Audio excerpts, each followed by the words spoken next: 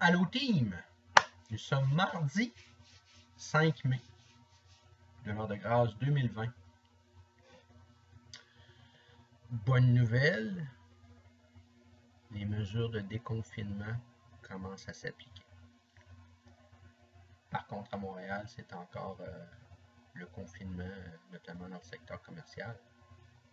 Je suis désolé pour tous les commerçants parce que là, ils perdent énormément d'argent, sans compter les employés qui, malheureusement, pour plusieurs de ces entreprises-là, ne les reverront pas. Ça, c'est une réalité du monde des affaires. Quand tu perds des bons candidats, ben, ils peuvent aller ailleurs ou changer de vocation. D'ailleurs, parlant de changement, aujourd'hui, je voulais faire une vidéo, ma vidéo promotionnelle pour mon produit Focus Gym 5.0 sur l'amélioration continue. J'en parle à l'occasion dans mes vidéos, mais aujourd'hui, je voulais mettre l'accent sur le concept de l'amélioration continue. En fait, le concept de l'amélioration continue est un concept japonais qui nous vient du système Toyota, la compagnie Toyota, la compagnie de voitures, qui a réorganisé les moyens de production qui, jusqu'à ce moment-là, jusque dans les années, je pense, c'est 60, début des années 60, c'était le Fordisme qui prévalait un peu partout sur la planète, de Henry Ford, de la compagnie Ford.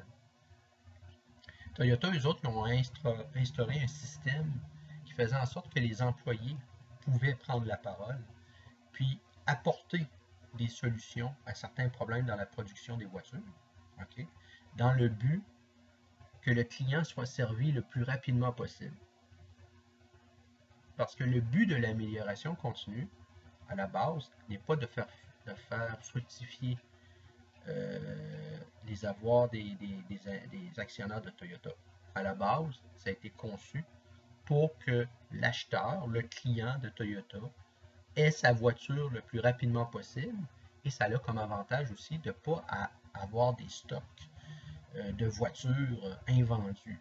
Donc, ça faisait en sorte qu'il y avait une fluidité dans la production qui entraînait une amélioration de l'entreprise à bien des niveaux, et le corollaire de ça, bien évidemment, le chiffre d'affaires de Toyota a augmenté, et Toyota est devenue la première compagnie sur la planète à vendre le plus de voitures au monde, dépassant les géants de Détroit, GM, Chrysler, Ford, etc. Donc, ça, c'est un success story.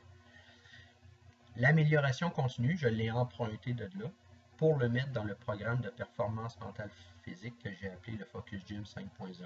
Donc, je ne ferai pas de vous des voitures, c'est pas le point. Mais il y a un principe là-dedans qui est très important. C'est de chercher à s'améliorer. OK? Souvent, les gens, lorsque je prends la parole, pensent que je les sermonne, pensent que je fais un sermon. Quand les gens pensent ça, c'est parce qu'ils ont des choses à se reprocher. Je ne fais jamais de sermon. Je prends la parole. C'est parce qu'au Québec, prendre la parole, ça veut dire que tu cherches la chicane, tu cherches à briser le consensus. En fait, le consensus, ça existe dans les régimes totalitaires. Exemple en Chine. Dans une démocratie, il n'est pas supposé d'avoir des consensus. Nous sommes supposés d'avoir dans une démocratie des majorités et des minorités, et d'avoir des lois qui nous protègent de la tyrannie de la majorité, comme également l'influence des groupes de pression issus de la minorité pour dire et dicter à la majorité les bonnes conduites. L'équilibre se trouve entre les deux. Donc, le coach que je suis dans mon programme Focus Gym 5.0 ne sermonne pas les gens, mais il va vous dire les choses comme elles sont pour vous améliorer. Parce que la réaction habituelle des gens, c'est « toi, tu n'as rien à te reprocher. J'ai plein de défauts. » Mais le point n'est pas là. Lorsque les constructeurs de Toyota amélioraient la production, ils ne commençaient pas à chercher des défauts dans Ford. Ford, c'est un concurrent. Les autres, ce qu'ils cherchaient, c'est comment, avec ma Toyota, je peux vendre une meilleure voiture que la Toyota, disons, 1.0. Je vais avoir une Toyota 2.0. Puis après, je vais avoir une Toyota 3.0. Ce même souci d'efficacité a permis à l'informatique dans les années 80 et surtout dans les années 90 de devenir un pan important des économies partout dans le monde maintenant. OK? C'est la même chose dans votre vie. Hein? L'objectif n'est pas de sermonner les gens. L'objectif, c'est regardez-vous froidement. Suis-je un agent de changement dans ma communauté? Suis-je une personne qui est capable de s'appliquer à soi des choses qui vont être bonnes et saines? L'amélioration continue, ça le dit. Il y a deux mots là-dedans. S'améliorer. Donc, on part d'une situation, puis on progresse. Et continue, c'est-à-dire toujours. Ça n'arrête pas. Donc, ça nous demande d'avoir le focus sur ce que l'on fait. Pas sur ce que font les autres. Pas sur ce que Stéphane dit en sermon. Ça n'a rien à voir. C'est simplement, regardez-vous comme il faut. Là. Je regarde puis je juge les autres. Mais vous, là, le jugement là, que vous appliquez aux autres, l'appliquez-vous à vous? Première leçon d'humilité. Et ça ne veut pas dire se taire. Ça veut dire de prendre la parole, mais en reposant sur des faits. Non pas sur des jugements, puis des impressions, puis que je pense que, à partir des faits. Par exemple,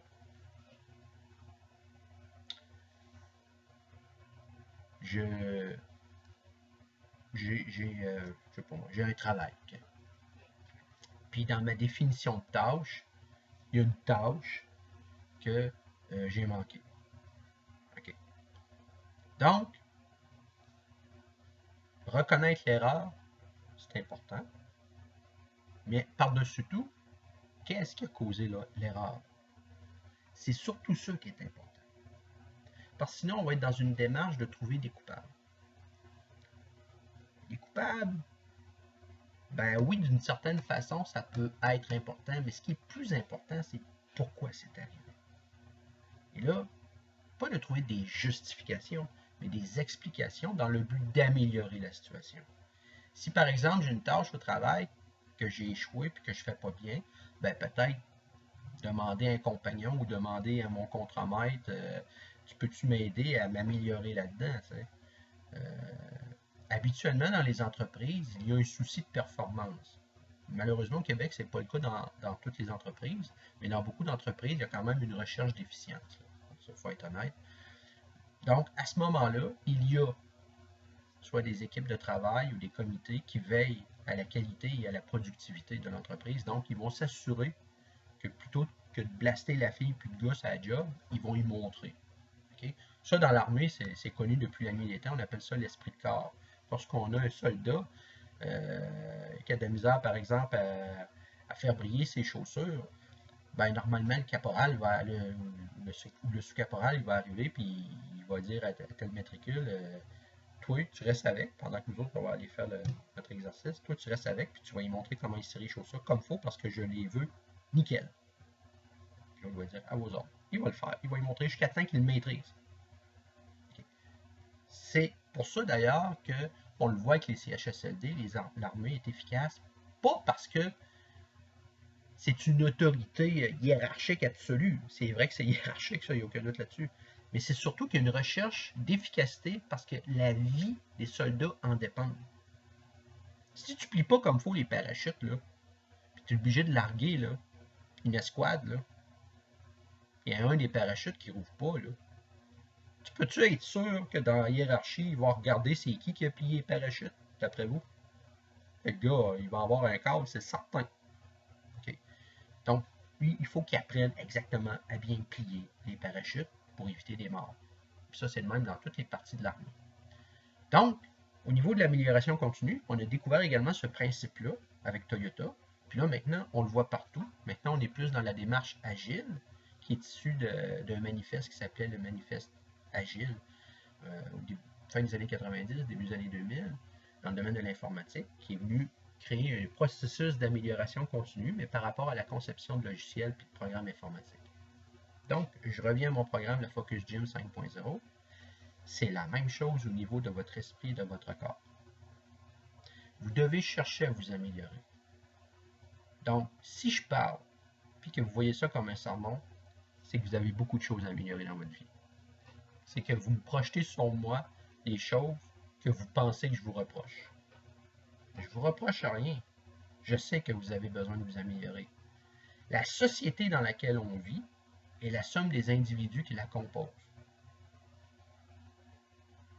On ne peut pas avoir une hécatombe de personnes mortes, d'aînés abandonnés dans des CHSLD du Québec, avec le taux d'imposition et de taxes que nous avons, avec un système d'université et d'enseignement de qualité, notamment au niveau des soins infirmiers. C'est très, très bien. C'est parmi les meilleurs au monde. Puis avoir ces résultats-là, c'est pas possible. OK? Je regrette, c'est pas possible. L'amélioration continue, elle a disparu. Fait que là, vous allez m'embarquer, oui, mais il y a eu des histoires avec les syndicats. Ouais, mais il y a eu des erreurs. Puis les erreurs n'ont pas été analysées.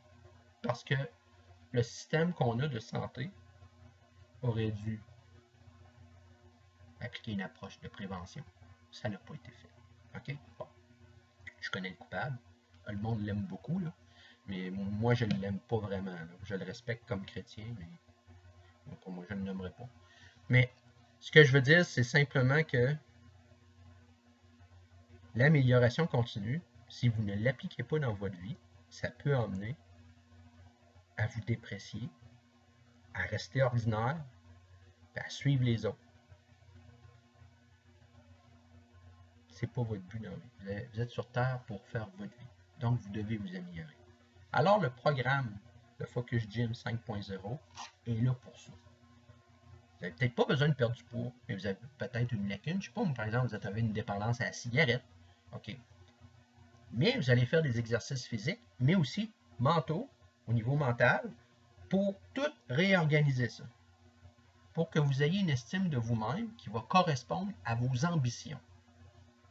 Donc, s'améliorer. Et si vous vous améliorez dans votre vie, vous devenez automatiquement un agent de changement pour vous-même, parce que vous changez. Donc, plutôt que de voir les choses avec un mindset négatif, vous adoptez un mindset de champion, de dire qu'est-ce qui ne marche pas, puis on essaye de régler ça. Moi, c'est mon travail un peu de vous aider. Je ne ferai pas un job à votre place, puis j'ai pas de solution miracle, mais je suis quand même bon pour trouver les points sensibles, là où les gens ne veulent pas regarder, pour les aider à aller plus loin dans une démarche d'amélioration continue. C'est pas toujours facile, mais si la personne est honnête intellectuellement, est capable de se regarder, moi je ne la juge pas, je fais juste constater, puis je suis là pour aider. Okay? Mais il faut que la personne soit ouverte, dans le sens qu'il faut qu'elle admette, bon, ok, j'ai des points à améliorer. Moi, j'ai, à tous les jours, là, regardez, moi, j'ai, pour vous montrer, là, ça donne de même, je l'avais pas fini, mais moi, j'ai tout le temps des notes que je prends. OK? Puis là, je mets ici des moins, puis quand il n'y a pas de moins, mais ça, c'est un plus, puis je veux dire, je me donne des notes à moi. Je ne le fais pas avec mes motivés. Ça, c'est pour moi. Je suis rendu plus loin dans le processus d'amélioration continue. Moi, je suis rendu que je me note sur des choses que je fais, voir si ça s'améliore ou pas. Puis il y en a, ça ne s'améliore pas. Fait que j'ai beaucoup de travail à faire. Puis il y a des choses, c'est stable. Donc, il faut que j'améliore ça. Puis il y a des choses, ça s'améliore. Donc, on ne les touche plus. Vous voyez, j'adhère à un mindset positif. Parce que pour moi, le négatif me permet de m'améliorer. C'est pas un problème, c'est un tremplin pour trouver une solution. Alors, si vous voulez adopter un mindset de champion, je vous invite à acheter mon produit, le Focus Gym 5.0. 350 $ plus taxes. Puis je vous invite à l'acheter parce que ça peut changer votre vie. Oui, ça peut changer votre vie. Ça peut changer votre vie. Ça va dépendre de vous et des efforts que vous y mettez. OK, team? Fait que c'était ça que je voulais vous dire cette semaine. On se revoit la semaine prochaine. Puis n'hésitez pas, si vous avez des questions sur mon produit, écrivez-moi. Je suis très accessible sur Facebook ou directement sur mon site web stéphaneboutin.com. Vous avez juste juste à m'écrire sans problème. Alors, je vous laisse là-dessus, puis faites des exercices. Bonne journée. Bye bye.